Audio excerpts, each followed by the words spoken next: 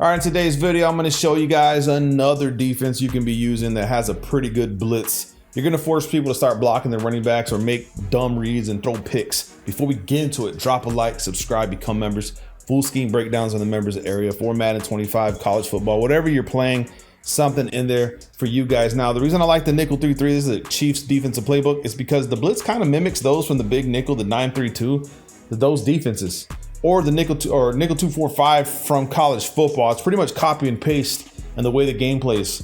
I would say the speed's different, slower on Madden and faster in college football, but that's just the way it is. Now, as far as personnel, okay, you can go ahead and put safeties in these positions, right? We can take the linebackers out, but look at your depth chart, know who you have, right? I'm just putting safeties just to show you guys, you don't have to do this. However, in this spot where the cornerback is, you want your fastest non-starting cornerback. So we're gonna go ahead and go to depth chart here. Let's go to cornerbacks. And our cornerback speed, 93, 91, 93. But let's go ahead and down here. Look, we have, that's Davis. We don't want that. Let's go back to corner. Well, Carter's already there. 93 speed with 93 acceleration. He's ideal, perfect for this position that he's already in. So if we come back over here and we look at this position, it should be Carter. And it is. That's the guy. You want to put your fastest non-starting cornerback in this position and then mess around with whoever you want as far as the defense goes. Now, as far as auto flip, we're going to turn this off. Auto alignment to base. You can do flats however you want to start. Doesn't matter. Okay. Name of the play is going to be the Tampa 2. Now, before I call out a play or show you the defense, I need to explain the weaknesses behind the defense so you'll understand where people are going to attack you.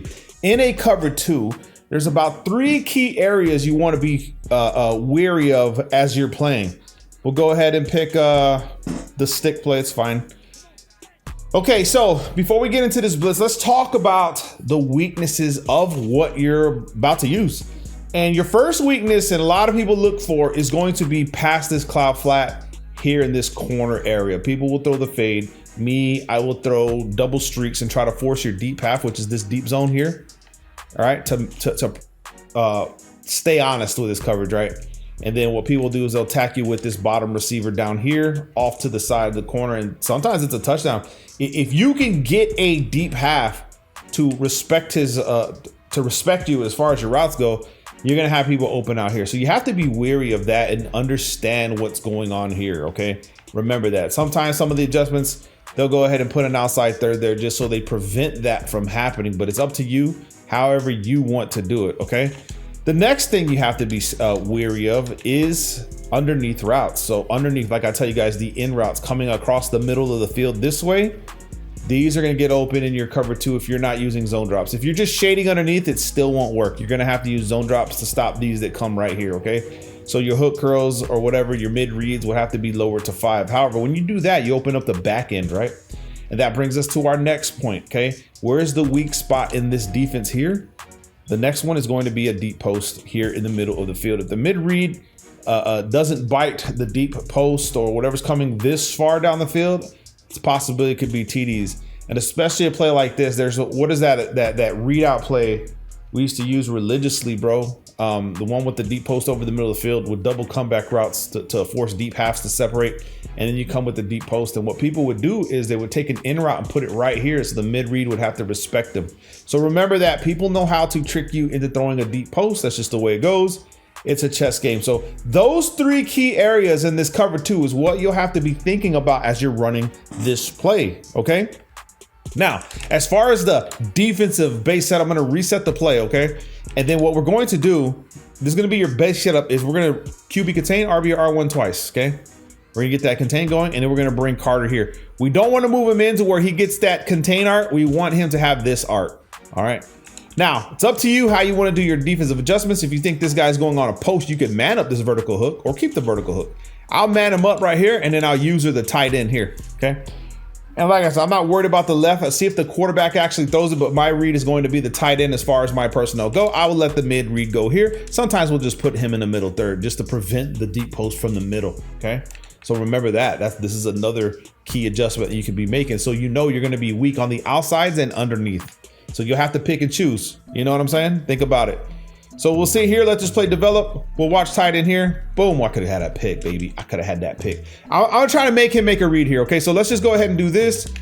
Let's bring this guy down. It's going to be my base setup. We can go ahead and middle third this right here like this. And we can actually standing right here is actually going to help you more than not. So I'll be able to sit underneath with this guy. Boom. Oh, almost, bro. He's just throwing the ball quick. We might have to pick another play. We might have to do that. So he has to actually take time to make a read, but we don't even get a chance to see. Oh, look, there it is. See, this is what I was talking about, the big nickel variant. This is why he's throwing it quick. This is like the big nickel 245, is that this guy will still wrap around, son. You feel me? This is why these defenses, I don't know why people aren't using them more with this setup, because I'm gonna go ahead and say it's my patented setup, because I don't see nobody running these defenses like the way, like I'm telling you right here, okay? So middle third here, we can go ahead and man up Y, right? And then we'll just sit underneath. I'm gonna sit here on purpose. I'm gonna pass commit. You can pass commit too if you know it's a pass. I'm sitting right here, bro. Boom, and there he goes, getting chased down by the blitz itself. It's a 4-man blitz, and it's like I tell you guys, they're gonna need to start blocking their running back or find something else that's gonna work, okay? Now, back to what I was saying here, you'll notice these cloud flats are dropping back kind of far, right? Trying to prevent this weak side. However, but when they drop back that far, and I don't know why the QB's not picking up on this guy becomes open. See what I'm saying?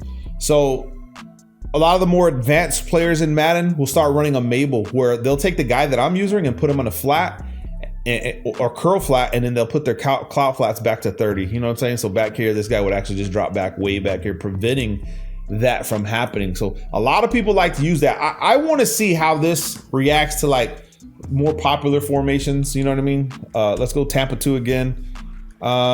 Trips tight end would probably be ideal. I would say Trips tight end does a fairly good job of stopping a lot of the blitzes just in general. But let's bring them here. Let's go ahead and let the play roll out, and let's see where our weakness is in this play. We'll pass commit because we know it's a pass, but let's just see where the weakness is here. Let him snap the ball and we'll go from there.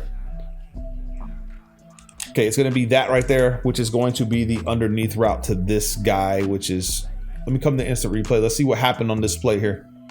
So the flat route, obviously, but what was my blitzer doing here? Let me get here. Yeah, I think he still gets around if we have time. Like I said, it's going to be iffy on some plays. Make sure you're hitting that contain.